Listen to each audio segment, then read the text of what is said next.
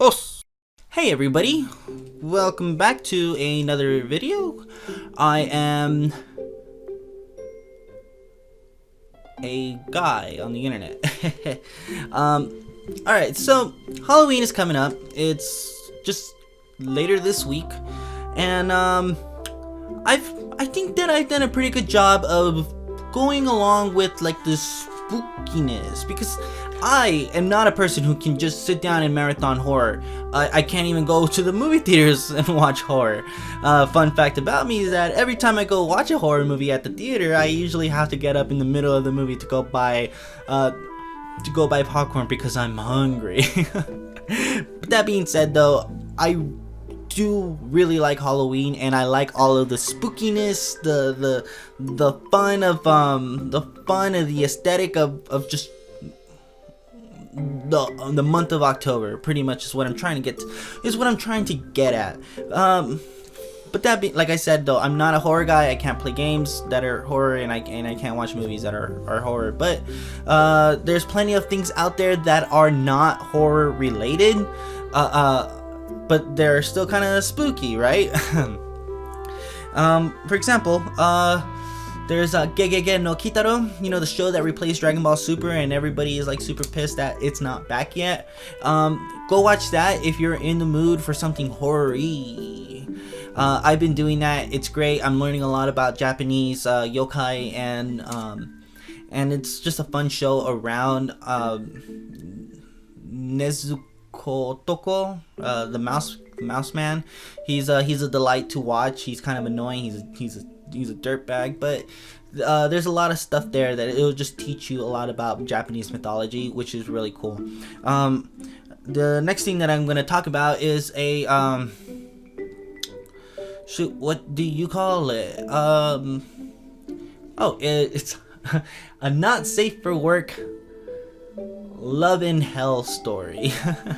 I bought this manga here back in January. I bought it the night that I went to go watch the Dragon Ball Super Broly film. I stopped at Barnes & Noble before the movie started, and I went through the manga section, and I found this little thingamajig here called Love in Hell. Love in Hell. It's called the complete trilogy. It's 3 volumes put together, and it actually ends. Before I actually did this video, though, I looked up Love in Hell, and I found out that there's like a continuation, it seems, but I haven't read that. I haven't seen anything. Anyways, here it's a guy who gets isekai'd to hell. No, but seriously, he dies and he wakes up, and he's like, okay, well, I guess it's time to go to heaven. And he wakes up in hell, and this girl here is his caretaker, basically.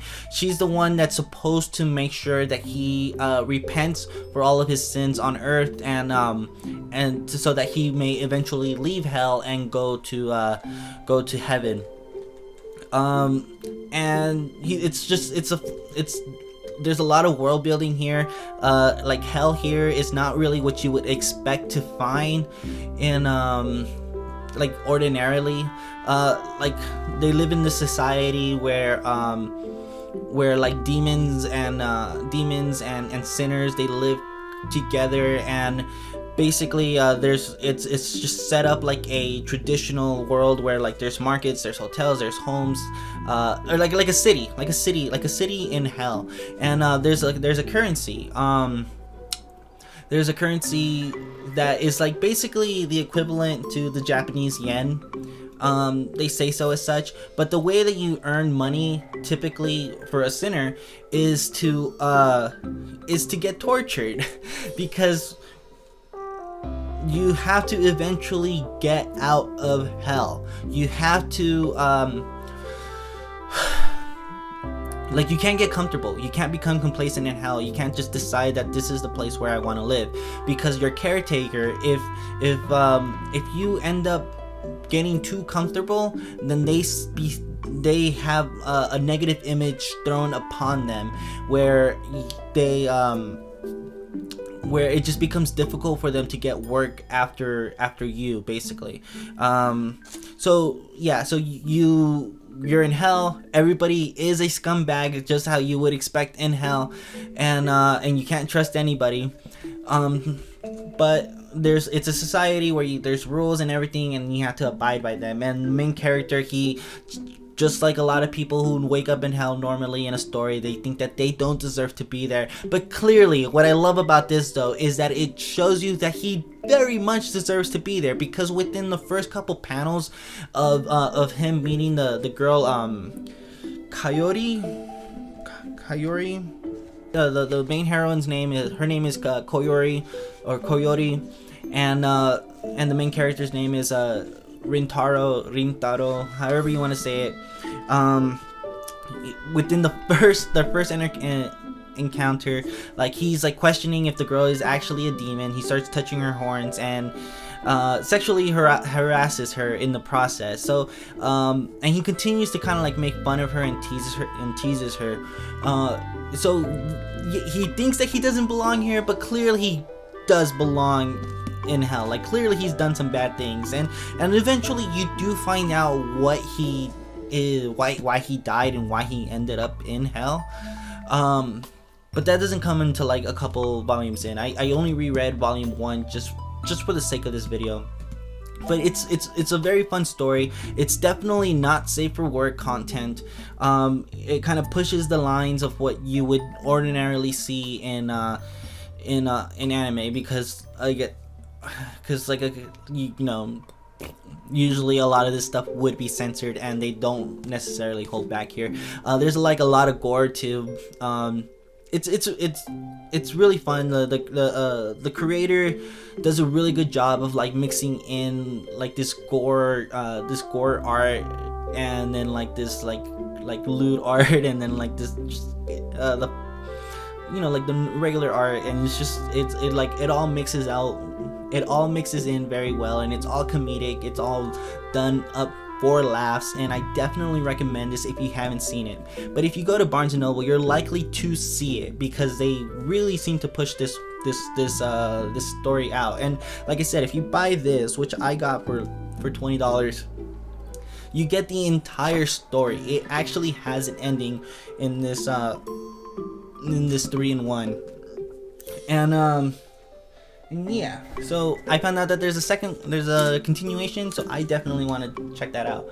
And if you follow me on Twitter, a couple weeks ago, I like tweeted something out like, hey, it's spooky season, go check this out. And it was this here, it's called Sorry for My Familiar.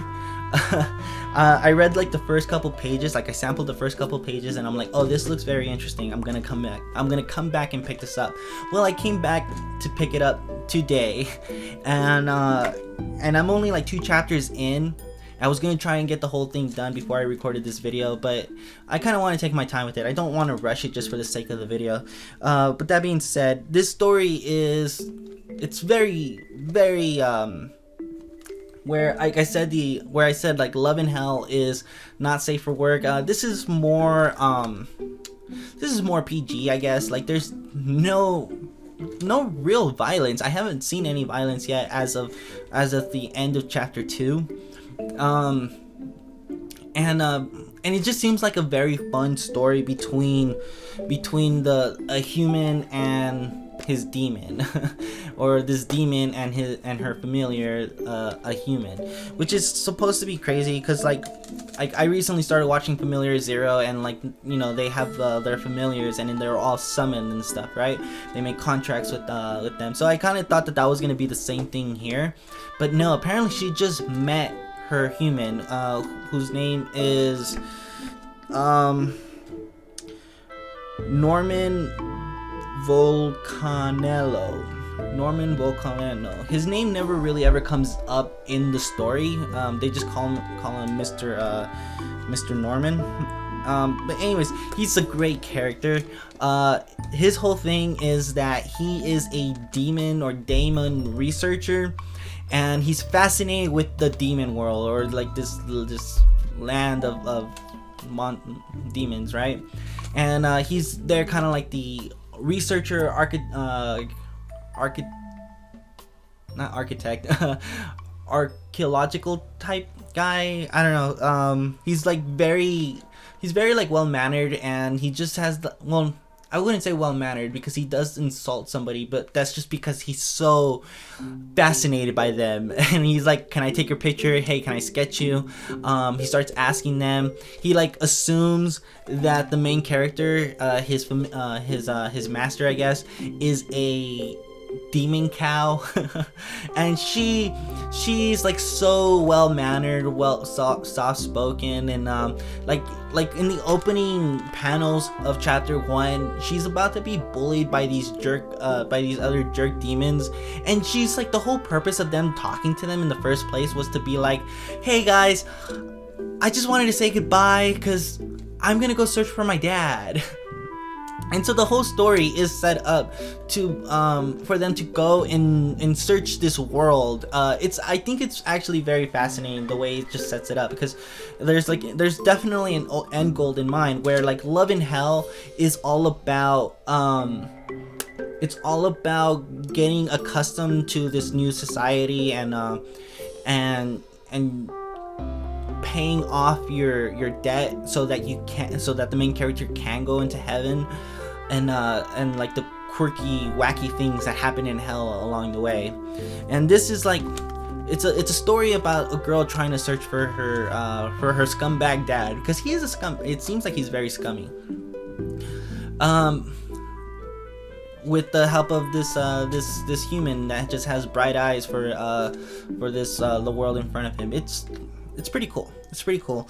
And like I said, it's very Halloween-ish, spooky-ish, I guess. So I recommend checking out both of these stories, and kind of getting a feet wet with some spooky manga for Halloween that is coming up. Yeah, I just wanted to make a quick video talking about some Halloween stuff and the manga here. But yeah, Love in Hell, it's really good. I read all of it like very quickly when I first bought it back in January, and I read all of volume 1 like within a sitting, just because I got so into it again. It's a good story.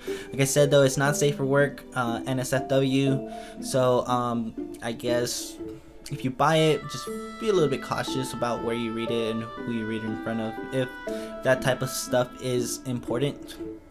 And Love in Hell, or excuse me, sorry for my familiar. I thought it was gonna be a little bit more cutesy, where the guy has like this sense of protecting or wanting to protect the girl, but there's not a whole lot of that so far. Instead, he's actually just making things very difficult for her, and I guess hence the name, right? But I'll talk to you guys all in a future video. Oh, and I guess just to kind of plug something really quick, I am working on the next manga versus anime, and I am not going to say what it is yet. I've been very careful not to, so I'm not gonna drop it in this video. But I'll see you guys all in manga versus anime, because I think I'm gonna try and make that be the following video after this one. I'll talk to you guys in the next one. I keep trying to let this video go, but anyways, bye, cha.